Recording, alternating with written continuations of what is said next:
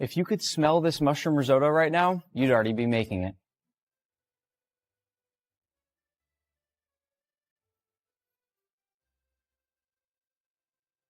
We'll begin by pouring some hot water over some dried porcini mushrooms. These are packed with umami flavor and will help us build that amazing mushroom flavor right from the start. Let these soften now in the warm water for 20 minutes. And 20 minutes later, here we are. Come on, you know I never like to make you wait. Now, we're going to strain our porcini mushrooms to drain off that flavor-packed liquid, which I'm going to save off to the side, and then bring these back to the sink and give them a quick rinse. Now, it's time to chop our mushrooms. We want to chop these up nice and fine, and just remember, the smaller you chop them, the more they're going to spread out throughout your mushroom risotto, giving even amounts of that concentrated flavor. But there's really no right or wrong answer for how finely you chop them. It should really look something like this. Already, with these two simple things right here, we've already built an incredible foundation of flavor for our mushroom risotto. It's time now to make our stock. And just to back up for a second, risotto, all it is stock plus rice plus whatever you want to add into it. To begin the stock, I'll start by taking off all of our mushroom stems. As you can see, we have a ton of different types of mushrooms here, and if you can name them all without cheating and write them in the comments below, I will be very impressed. I'll give you all the answers in just a little bit. For now, I'm just going to trim off all the stems. The stems are often a little bit tougher, just not the best and most luxurious part of the mushroom to eat, so we're just going to use them to build flavor in our stock because they still carry lots and lots of that mushroomy flavor. This here, by the way, is one of my favorite looking mushrooms. It's almost got this sort of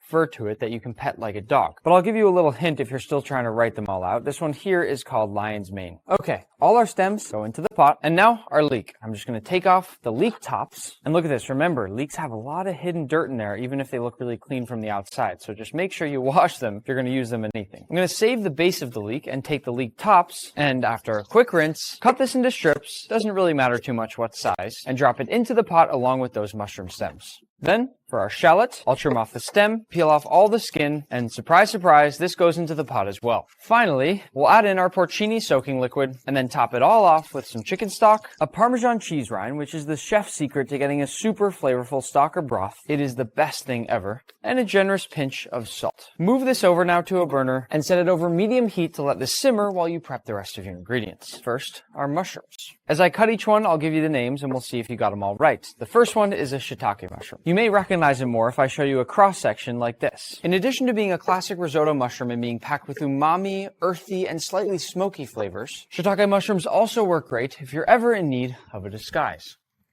What am I doing here? Okay, next mushroom. Let's do the lion's mane, since I already told you that one. What's really cool about this mushroom is that you can actually tear it. Doesn't it sort of look like cauliflower on the inside? Some people say lion's mane mushrooms remind them of seafood, slightly sweet, a little buttery, tender like crab or scallops. I like them mostly because of their unique and fluffy look and texture. It's such a unique mushroom that when you look at it and feel it, it almost might be fake. It's a guy with hair. Lion's mane, done. Our next mushrooms are oyster mushrooms. These are mild with a clean flavor and a silky texture that'll blend beautifully with our creamy risotto. Not much chopping to do there. We'll move on to our maitake mushrooms. These mushrooms are rich, earthy, and woodsy, and they're incredibly good when they're crispy. So keep watching because I have a little trick I'm going to show you that makes your risotto twice as good without much extra effort. And yes, it involves something crispy. Last mushrooms, these are chanterelle mushrooms. They're very light and delicate with a bit of fruitiness and pepperiness as well. If you got all 5 right, I am very impressed. But be honest in the comments down below. If you got 0, that's okay. Now you know all 5. Now for our leek. Very simply, we're going to quarter them up and then slice them into little bits like this.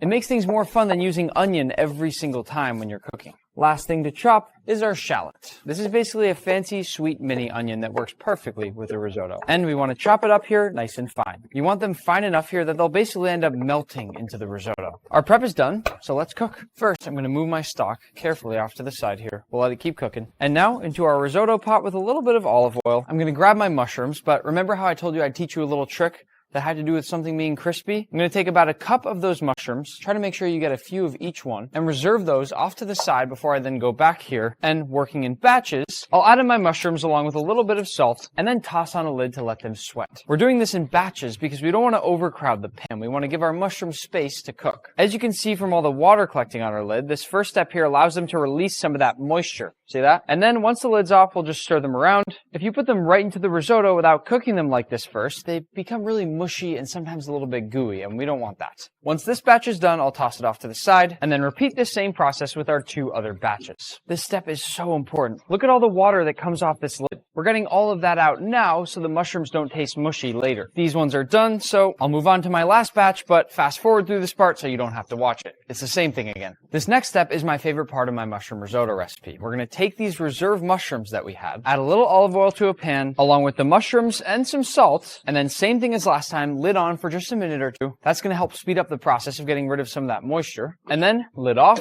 add another generous amount of olive oil, and then we're going to fry them until they're nice and crispy. This is a great way to get an amazing balance of texture in your risotto. As you know, risotto is very soft and creamy and luxurious, and these are going to be crispy, crunchy, and brittle. And when 2 things like that come together in food, it makes for an amazing bite. I'm going back and forth between medium and medium-high heat right now, enough to dry the mushrooms out and get them crispy, but not so much heat that they get burnt. Try to find that perfect balance as you cook. Once they're deep golden brown and crispy, set them aside in a bowl of salt. You should be able to hear that crunch. Listen.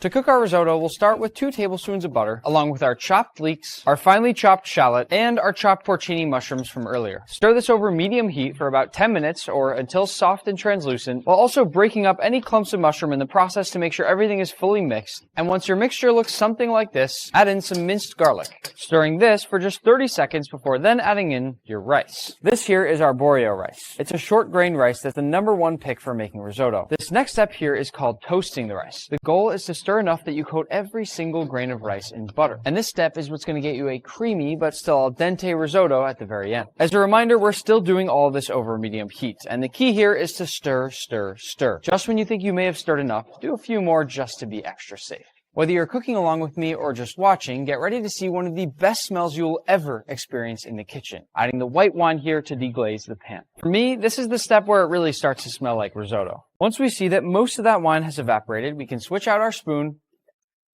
and bring in this one here. This is a risotto spoon. The reason it has a giant hole in it is to break up the rice without crushing it as you stir. And once you start this next part of the process, you can't stop. So be ready to stand here for a while. 1 ladle at a time, we're going to start moving our hot broth over into our rice. Still working over medium heat. And as soon as that liquid has been fully absorbed by all the rice, you can tell if it's been fully absorbed by dragging your spoon through the rice and seeing if any liquid fills the path you've cleared. Simply go ahead and add in another ladle of broth. It's very important to constantly scrape down the sides of your pan as you stir to make sure you give every grain of rice equal love. And this is why I always say risotto is easy. I'll use an example to explain. You know how when you're cooking pasta, you can easily take a piece of the pasta and taste it and know when it's done? All it takes is 1 quick bite and you know when the pasta's been cooked, right? Risotto is no different. It's one of those recipes where you really don't need a recipe to make it. The only real difference here between cooking this risotto and pasta is that instead of cooking this rice in the boiling water, we just add the boiling water to the rice until it's done. And I bet if I asked any of you watching to taste some rice and tell me if it's cooked properly, most of you could probably do it without a problem. I just think that's an important thing to say, because if you've ever been scared to make risotto, but then you think about it like that,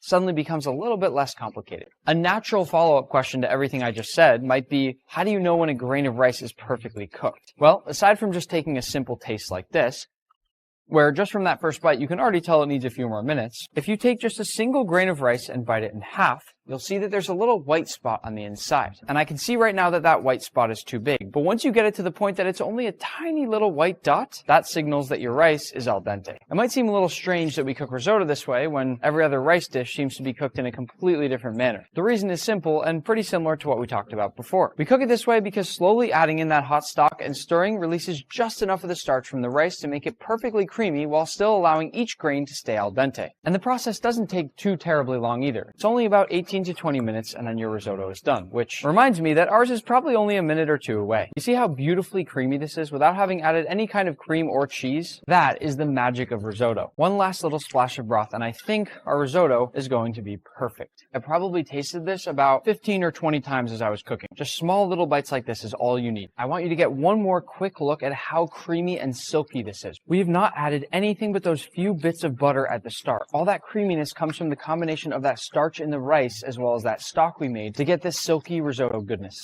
But with that said, we do turn off the heat now and add in a few tablespoons of butter, which we'll mix and let melt into the risotto, as well as some freshly grated Parmesan cheese, some fresh cracked black pepper, and a little pinch of salt if you think you need it. If you think it's starting to get dry at all, add in a little bit more broth. That'll get it nice and creamy again, and mix that all up. As a final step, we're going to add in all of our mushrooms, aside from the crispy ones, as well as one extra little splash of broth, and then fold all of this together. And now get it on the plate quick. I'll add my risotto down onto the plate. We want to be quick because risotto can seize up very quickly. Then spread across all of those beautiful crispy mushrooms. We don't have any more time right now to joke about a mushroom mustache. Then I'll sprinkle down a few fresh chopped chives, freshly grated Parmesan cheese, a light dusting of fresh cracked pepper, and to finish, my favorite, a touch of lemon zest, just to brighten things up. And like I said earlier, if you could smell this right now, you'd already be making it. Oh, by the way, I'm not eating that one. I'm eating this one.